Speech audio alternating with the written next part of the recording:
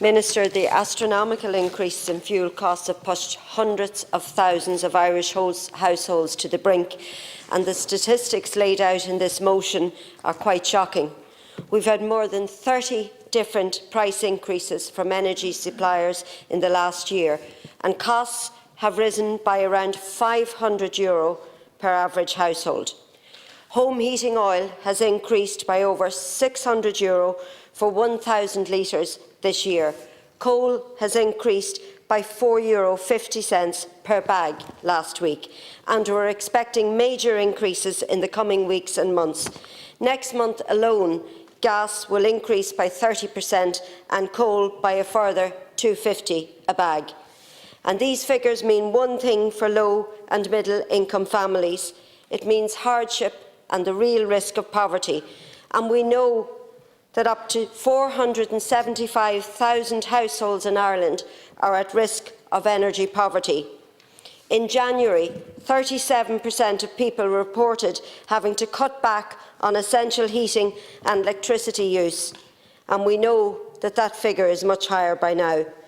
And I'm not sure if the government fully appreciate the pressures that families are under, including those who have no choice but to use their own cars and are struggling to keep them on the road. There are no supports available to most people to cope with this. The once-off payment from government is unfortunately a drop in the ocean when compared to the cost of energy. The measure to reduce excise duty doesn't include home heating, as we all know. The measure to extend fuel allowance will only benefit those who are already qualified for the payment. And the exceptional needs allowance has been put forward by yourselves as a solution, yet it doesn't apply to anyone working more than 30 hours a week. This motion, Minister, has put forward a number of simple, practical measures that will help ease the burden for people. And I hope that this time round you and your government will listen, that you'll plan and act to help families through this very difficult time.